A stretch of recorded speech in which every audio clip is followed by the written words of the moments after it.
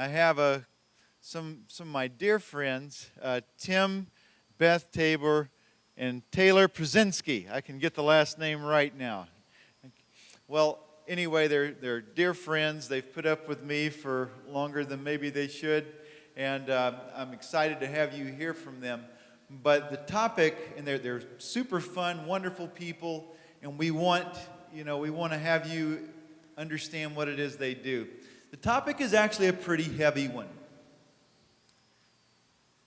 I want you to think with me just for a second. How many of you have someone close to you that has had to fight the battle of drugs and drug overdose? And you think about that just a second. It's all around us. Now, they're going to give me several chapels a year to talk about missions. And I think that one of the biggest missions we have is to deal with what's going on right around us. This is absolutely an epidemic.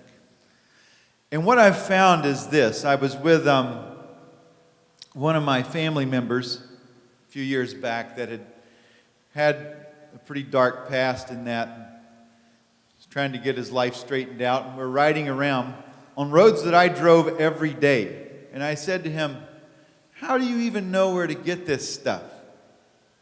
He laughed at me. And we're going down the roads that I've driven down every day. And he goes, there. And I'm like, "Is this your first time in this town?" He goes, "Oh, yeah." He goes, "Yeah, but it's like they may as well put a neon sign out." And it's like, us nice church people don't have to see that, do we? And that's the whole thing with this whole underworld, just like the human trafficking deal. You don't have to see it if you don't really want to, because it lives just under the surface. But I suspect that if Jesus were walking around today, he'd disrupt the surface.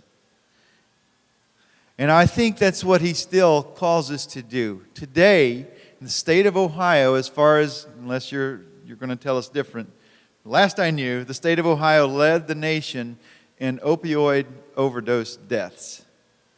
11 people a day, at least last statistic I knew, will die in the state of Ohio alone because of an opioid addiction.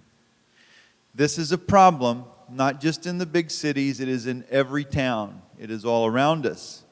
And so, this is where Jesus needs his ambassadors, to be in the darkest places, to make a difference. And I am so glad to present to you some ambassadors who do this and do it well, and they're super fun. Make welcome Tim, Beth, and Taylor today.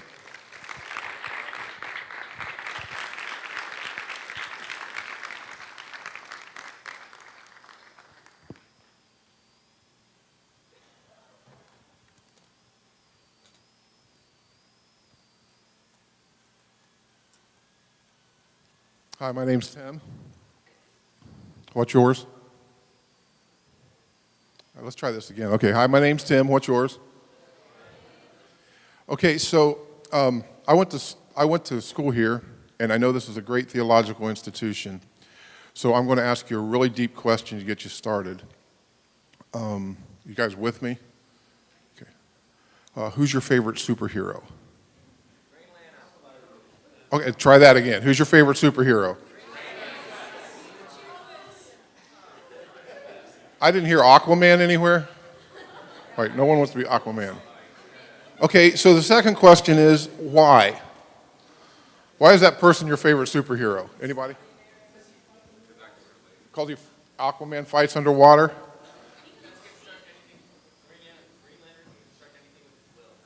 He can destruct anything with his will. Construct with his will, okay. We live in an era where we have great superhero movies. And I am of the opinion that we are all drawn to the heroic. That there is something that was within us that wants to be a hero. And we would like to have a superpower. Now, some of our superpowers may not be so nice, like mind control, or so I can have this, or so I can run the world. But I do think that all of us are called to something very heroic. And that call to the heroic is what draws us to maybe an institution like this. That there is something that is beyond me, something that is out there, something that I crave to do, which includes meaning or purpose. And so we're drawn to these great degrees in disaster management. Isn't that ominous? That is a wonderful degree, right? You feel like disaster management people should come across the stage and then they rip off their shirt and they have a superhero disaster management thing, right? But it also, like teacher, right? And missionary, youth pastor.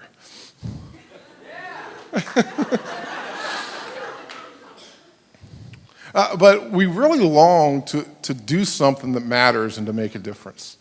But often as we begin to go through it and find out that it doesn't ever look like what we think it looks like. And to be really the heroic is just really to be prepared for when the situation comes up, for when the problem arises. And so to be heroic then means that we have to build such a character in ourselves that we can respond. I remember the guy, Sully, who he took off in the airplane and all the geese ran into it and he landed in the Hudson and all that. And he rescued all these people. But what was it in him that made him able to rescue all these people? What made him so heroic? He had spent years and years of doing something that was just regular. So when we're called to the heroic, we're not always called to do the superhero thing or to take off our glasses and to fly and leap in a single bound. More often, the heroic looks like preparing ourselves for when the situation comes and then recognizing the situation. In 2008, which seems to be a long time ago, we decided that our kids were a senior, junior, and sophomore in high school, and we decided we wanted them to do a Bible study. And the Bible study was a book called Experiencing God, but the point of it is that Blackaby in that group says, here's how you know the will of God, because God's will is from eternity to eternity. And all you have to do is find out where God is and join him. Now, most of us don't have that idea about the will of God. We think we have this one kind of specific thing. But that makes it easier for all of us. If God is already at work, and God has always been at work, and God is going to be at work long after we're gone, all we have to do is to discover where he's at work and join him there. And we wanted our kids to know this. And so we started a Bible study with them, and our Bible study turned into a thing later that year called Home Church. And just a few weeks at Home Church in our house in a neighborhood in the suburbs, we had 30 people showing up every Sunday night at our house about 6 o'clock or so to have a meal and talk about spiritual things. And the people that showed up were not people that usually lived in our neighborhood or looked like they lived in our neighborhood. They were tattooed, engaged, and most of them were addicted to something. And so as we begin to work with this group of people, and our only point there was just to have God conversations, we discovered that perhaps there wasn't a church these people could be attracted to, and we started our church in 2010. And then as we continued to go, we started the church. I have been in church all my life. I've been in church since I was a kid. When I was in high school, my family sang and we traveled. I was in church 300 times a year. That will run anybody, right? And so that's a lot. I should have gotten those 2 years all the church I ever needed for all my life, right? Just think if I got chapel credits for that. How cool would that be, huh? And so I've always been in church, but my wife hasn't. And so she would have questions about things we're doing. And so we couldn't get these people that were coming to our house to actually go to church. And so she said we need to start a church, which I really wasn't for. But as you'll find out, Beth is who Beth is. And so we started this church. And we kept doing home church. And as people started coming to home church, we found out that people had more and more needs. And so these guys that are our home church leaders that had no background asked us to rent them a house. And I thought, I don't like you on Sunday night. Why would I rent you a house? And Beth said she was praying about that. So we rented our first house in 2011. And we opened it up with 5 guys. And as we're working through this with guys, one day, this group of people show up at our house, 3 of our home church leaders, and they say, hey, our friend here is high out of his mind. He can't stay at my house. He can't stay at his house. Can he stay at your house? And I'm like, right. And so Beth comes in, seriously, can this guy stay? Now, I have 2 daughters at home. And so that's what I want. I want someone who's high to stay in my house overnight with my 2 daughters because I'm a good dad. And I'm thinking, this is Friday, and I got Saturday, Sunday. We're not getting this in our day off Monday. We're not dealing with this guy till Tuesday. And so that was true. I said, okay, he spends the night, but he's, we were not, he was 3 or 4 nights, and so he moved out 9 months later. But here's the cool thing, and we actually moved him down here to school, and he thought this was the best meal plan he ever found. Yeah, that's all he did. He went to lunch and dinner for 2 years, or a year and a half. I never even went to class, I don't think. But so we began to take people into our house that had problems with addiction, because Beth has a background in it. And the more we did that, she says to me one day, she says, we need a house we need to start a recovery program. And I'm going, yeah, okay. I'm tired of fighting this battle, really. But I'm like, okay, so we opened our first house in 2013, and that year and so what we began to find was to really make a difference, we had to be in close proximity with people. And most of the people that were discarded, most of the people that no one else would take, and most of the people that no one else wanted to be around. And to tell you the truth, I didn't want to be around.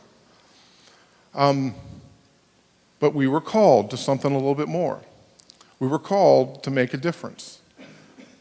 So I'm going to pause here for just a second and kind of throw this to Beth, because what happens about knowing the will of God and seeing the will of God and seeing where He's active is seeing the great need. And so she's going to share with you some things about the need, and then we'll kind of go from there. So does that mean I can just throw it back to you? Yeah, sure. Okay. I'll throw it to Taylor.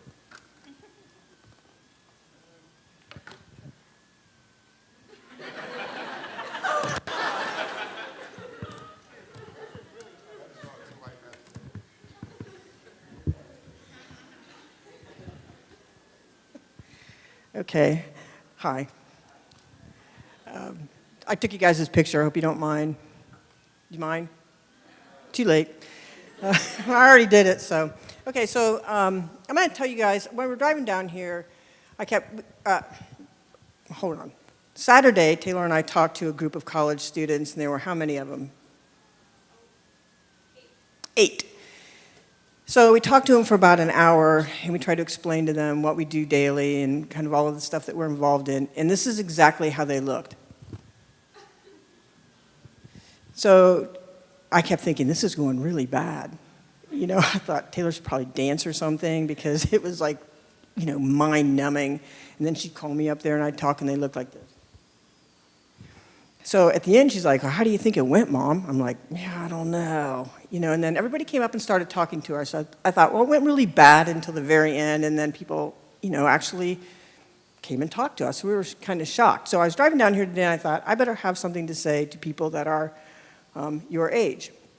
So I'm going to give you just a little bit of what the opiate epidemic actually looks like. Jamie's right, 11 people die a day in Ohio. I live and work in Franklin County. Do you guys know where Franklin County is? Right, okay. So I'm going to give you some statistics for just Franklin County right now, because that's what affects me primarily. So in the year 2016, 314 people died in Franklin County due to unintentional drug overdoses. That means the people that killed themselves are not included in that statistic. Okay, and then I have last quarter and last week's statistics as well, because we serve on Franklin County's opiate crisis task force, and so we actually get real-time things of what is going on in our county. Okay, so what in the world?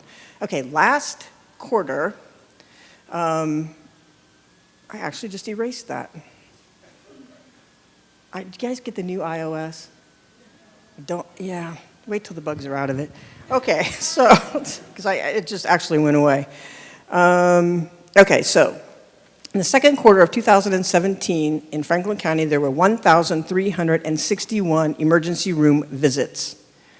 That's in Franklin County. 58% of the people that went to the hospital were white. 54% were between the ages of 18 and 35. That is your peer group. 22% were black. Second quarter of this year, 2017, 938 squad runs were made for opiate overdoses. 55% were between the ages of 18 and 35. 48% were white and 18% were black. This is your peer group. The second quarter in Franklin County, 34 babies were born addicted to opiates. 84% were white, ages 18 to 35. This is your peer group. 13% were black, and there's some odd, evidently, the Asian community is not on this scope for whatever reason. Montgomery County, which is Dayton, is anticipating upwards of 800 opiate deaths this year. That's a lot of people in one county. The county is so affected by opiate deaths that they don't know what to do in their morgue. So like you guys watch the news and it says they're hiring extra coroners. Thank you, I always call them morticians because they work in a mortuary. So they're hiring extra coroners. They're renting freezer space for people that are dying, and they are stacking people on top of each other. That is real. Here's what is really shocking to me. So let's say, do you guys all know what opiates are? Kind of? Okay. So here are what the top opiates that are out there that you would come in contact with. Codeine. You ever had cough syrup with codeine in it? That is an opiate. If you ever gone and got your teeth pulled out or whatever, they give you like Vicodin or Tylenol 3 or Tylenol 2 or whatever. Lorcet, Lortab, Narco, Vicodin. Those are opiates. Those are synthetic heroin. There is no difference once it goes into your body between you shooting up black tar heroin and this opiate, other than one's more pure than the other. Dilaudid, Demerol, methadone. So if you go to the dentist or you get your ingrown toenail operated on or whatever, and that's real, and they give you a 10-day prescription for opiates, just 10 days, you have a 1 in 5 chance of becoming an opiate abuser longer than 3 years. Let me say that again. If you get your wisdom teeth pulled out and you get a 10-day supply of opiates, you have a 1 in 5 chance of still abusing an opiate 1 year later. Kind of makes you wonder what they're doing there at the doctor's office, huh? Right. So this is your peer group that we're talking about. Average age that is the middle of this epidemic, 18 to 35. Startling. It is startling. So what this is actually saying also is that this is not a problem that is plaguing the inner city. It eventually ends up in the inner city because that's where the drugs are. But this isn't something that started in the inner city that is like eking out to other counties. This is something that's starting in affluent counties with affluent families and regular normal people that are now stuck in this opiate addiction. However, I will say I've never met one person who's an opiate addict that has got their teeth pulled out, now they live in a box. Okay, usually somebody smoked weed, drank, whatever, first, or experimented. And sometimes it only takes like just experimenting, and then they get an opiate, they get their tooth pulled out, and they get the Vicodin, and they're like, oh, this is the love of my life. It happens that fast. Because they work, they take away pain, they take away emotional pain, they take away physical pain. Well, actually, Advil probably works better taking away physical pain, but the opiate works. It goes into your body, and you have no idea if you're that person that is going to take that pill and go, oh, this is great. Just a little side note, if you become addicted to a pill, each one of these pills have a street value of between $30 and $50 per pill. So if you have insurance, you can go get this bottle of 30 Vicodin for $4.72, and then they're now worth $30 to $50 on the street. It's interesting, isn't it? I'm not telling you to be drug dealers, but that's... Want to make some college money? No. No, don't do that.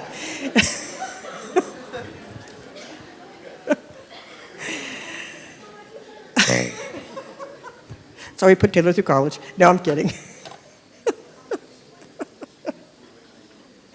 Yeah, you don't ever want to do that. But the epidemic is real. is scary, and it looks way different than most people think that it does. So if I say that I live my life with IV heroin users, because that's mostly who I live my life with, every once in a while we get a good pill snorter, but mostly they shoot up. It's cheap. They can't afford the $30 to $50 a whack, and so they end up shooting up black tar heroin, and once that happens, it's all downhill from there. The next thing that's on the rise, though, is fentanyl. Fentanyl and carfentanil. Fentanyl is 150 times stronger than heroin. Carfentanil is, I'm probably going to say this wrong, 1,000 times stronger than black tar heroin. So we also work in an inner city in a mission, and people leave their needles around. Like they shoot up in the parking lot, and we got to go pick up their needles. The danger is if we pick the needle up, and there's a hole in our glove, we can overdose and die just from picking up the needle. Of the people that we treat, that we live with, right now, 50% have hepatitis C, which is, there's some good drugs on the market that help them, but it can be a fatal disease. So, what? Okay. Okay, so our response, our church's response, our family's response, my personal response to this opiate crisis was we started a recovery program, like Tim said. And so what we have is called Como Recovery. And Como Recovery is this is a little bit of a mouthful, a long-term faith-based residential recovery program. And what that really means is the people that come to us are between the ages of 18 and 30. Well, 32 really, 18 and 32. And they come to us after they have used all of their insurance money. They come to us after they have bankrupted their families. They come to us after they've stolen everything that their family owns, usually their heirlooms and gold and everything else. They come to us with sometimes 10 felony charges. They come to us after they've failed every place else. And we live with them. So long-term means we go pick somebody up. We picked a guy up 28 days ago from Fayette Memorial Hospital, and he was dead. He had died earlier that night. They'd hit him twice with Narcan and brought him back to life. He has 2 little girls that are 6 years old that are twins. And at the moment that he dropped dead, I guess probably 25 feet from the bus stop that his children were supposed to get off the bus from, Children's Services came and got his kids, and the ambulance came and got him. 28 days ago, he died. Yesterday, he got to meet the lady and eat lunch with the lady that was at the hospital that called us and saved his life. He'll be with us between 16 and 18 months, and during the whole entire time that he's with us, he is going to learn. He's 32 years old. He's going to learn how to be a responsible human being. So the nurse that saved his life brought him a bag of Jolly Ranchers. And he opened the Jolly Ranchers in group yesterday, and he just started crying. I thought, oh, there must be bugs in there or something. And I'm like, what is wrong? And he said, I am such a horrible person. He said, but this lady saved my life, brought me to you guys, and then brought me Jolly Ranchers. It was real. He goes, will I ever stop crying? I said, I don't know. Maybe. But what addiction did to him is he felt like it was a moral failure. He did plenty of bad stuff. I mean, I could probably, if I just list all of his crimes that he's been in jail for and arrested for, you'd say, I probably don't want to eat dinner with this dude. But he didn't wake up one day and to say, hey, I would like to be an IV heroin user and die in front of my kid's bus stop. He didn't. He's a wonderful human being. But not very many people saw him that way that day that they picked him up in the ambulance. I was an atheist for a long, long time, most of my life actually. And when I decided to be a person of faith, I could have picked anything I wanted to be. I checked out the Jewish religion because I don't like pork very much. I checked out, that's real. Much to Tim's dismay. He's a good smoker. I did. I checked out being Catholic. I checked out being Jewish. I checked out who lives in the Watchtower, whatever those people are. Jehovah's Witness.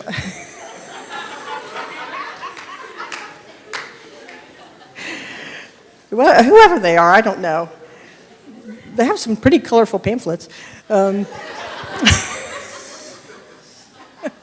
want to write that one down. I don't know if I was hanging right there with them, but I could have done anything I wanted. I could have followed whoever I wanted. Not one thing stuck out to me more than the other. Well, that's not true. Christianity was the least attractive faith to me. It was the very least attractive faith to me because I did not see Christians weighing in areas that, to me, if I'm going to follow Jesus and do what he says, and that means I got to actually follow him and, I don't know, do what he says.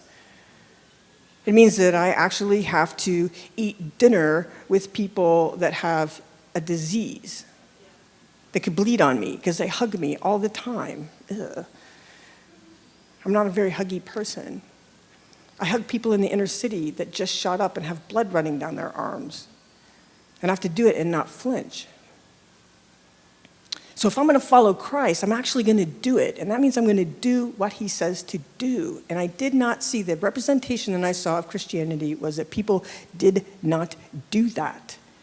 They let the government do it. They let probably the people in the watchtower do it. I don't know. So that's how we got here. To me, that's how we got here. That's how we got living with people in the middle of an opiate crisis.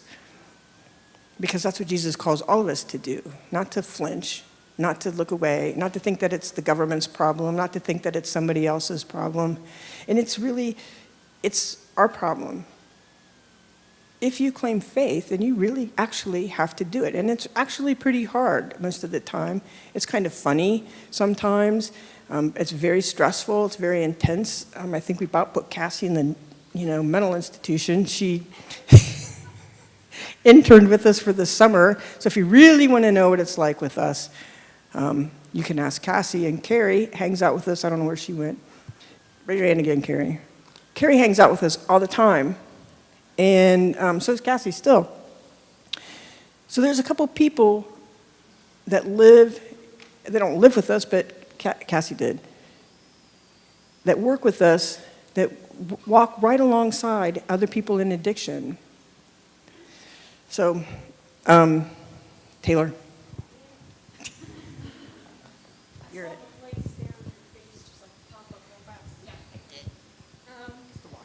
It's the watchtower. My mom might be one of the most insensitive people I've ever met in my entire life, just so you guys know. My name is Taylor. I am their daughter, possibly less weird than my mom, but I'm still here to spread some more weirdness.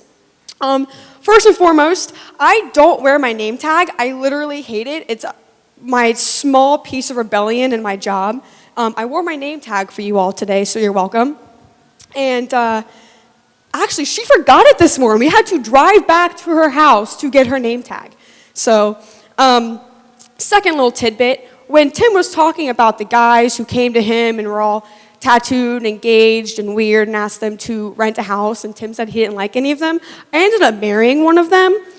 So now he has to see him all the time. And he works for them. So after everything that they talked about and all the things that we do with the opiate crisis and addiction and recovery, we also have a mission on Sullivan Avenue, which is about 10 minutes from OSU campus. And Sullivan Avenue is rated one of the top streets for prostitution. If you do not know, prostitution is a form of human trafficking. I know I graduated OCU about 3 years ago, and when I was here, the response to human trafficking was huge. So I can only imagine that it has grown in all of the years that I have not been here. But on Sullivan Avenue, we have a mission called Compassion Ministry Center. And down there, we have a church, an after-school children's program for inner-city children, and we service first graders all the way up to seniors in high school. And then we have a women's drop-in center targeting people who are inflicted with human trafficking and addiction and any other sorts. It only services women. I won't get into all the details and all of the fun stuff that comes with, but learning about what we do, and kind of my mom's, are you videotaping me? Great. learning about what we do and all that we do on Sullivan Avenue, and responding to what Christ calls us to do and actually doing something. We have an event on Saturday called Anything But a Walkathon, which is kind of a confusing name. Let me clarify. You can walk, but you can also bring your bike. You can skip. I'm planning on cartwheeling the whole thing. You think I'm kidding, but I'm actually going to attempt it. It's 3.85 miles. And if I do this, I have to receive something at least. I get a star, okay, and a donut. But the reason we're doing this walkathon is to support all of the missions that Como, which is a nonprofit that we work for, supports and that we do. It takes a lot of money to help people through recovery. Our recovery program is free. Well, they don't have any money anyways. So when someone comes to us and lives with us, they don't pay anything. That means we have to pay for their soap. That means we have to pay for a plunger when they clog the toilet. That means we have to pay for their shampoo. Everything that they need in their food, because they all eat like crazy, we have to pay for. The church and the after-school program and the upcoming drop-in center that we run, it all takes money and awareness, because we cannot do it alone. So on Saturday, we're having a walkathon, and what all those proceeds go to are these missions. Now, when I was at OCU, there were 3 really, really important things to me. 1, that's free food. 2, that's having no class before 10. If I had to get up for a 7:30 class, it's not happening. And 3, opportunities to get spiritual formation credits. So, by the grace of Aaron, thank you, Aaron, we have arranged that if you attend our walkathon, you get a discount, which is only $15. For anybody else, it's $25, and for families, it's $50. So $15, and you get a spiritual formation credit. Yay! Okay, yeah! Right? Okay. So what we're... Man, come on, guys. If someone told me that when I'm here, I'd be like, yes, it's so cool. So that's what we're doing on Saturday. It's $15, you get a spiritual formation credit, and along the path, there are a bunch of fun things to do. We have stations and activities to do all along, and at the end of the walkathon, I promise you will look homeless. Okay, so if you want to know what that means, come and walk, and you will find out.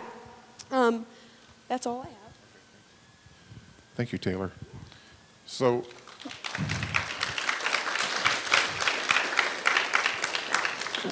we're pretty much out of time, but one more question. If Jesus had a superpower, what would it be?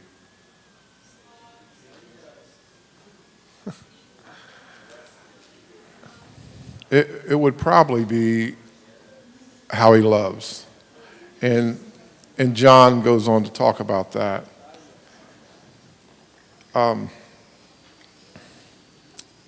This is how God showed his love among us, that he sent his one and only Son into the world that we might live through him. The opportunity to be a follower of Christ is an opportunity to be something heroic. It is against the grain. It is against the flow of everything. And God invites you to serve there. And we invite you to serve there also. Not just with us, but where God reveals himself. If you want to volunteer with us in any capacity, I'm sorry, I've got to say this. If you can't go to the walkathon, that's fine. If you are interested in volunteering with us, down at the mission, down at the recovery program, anything, you can come talk to me. I have information in cards. Sorry. Okay. So, do you need to say anything? No. Yeah. Okay, why don't you go? What we're going to do is, I know you guys got to go, and so if you want to stay and ask us questions, we'll stay up front here after everybody else is dismissed. And so I'm going to let Jamie finish up here, and then we'll make ourselves available to tell you more about what we do. Oh, Cassie has flyers. Oh, she's got flyers. All right, go get where you need to get. All right, so as we finish up today, I want to...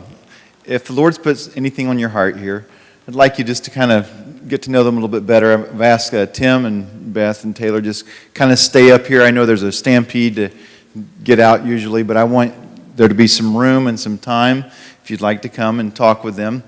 Here's why I would like you to consider doing this. One more statistic to throw at you. The national average of people who enter a heroin addiction program for recovery, the national average of someone who enters one of the recovery programs is 3% of the people that enter actually stay free, stay clean. 3%. That's the national average. So far, 6 years running, there's something very special going on here. They are still at 100% on the recovery rate. Everyone who's come through their program. That's a miracle. So,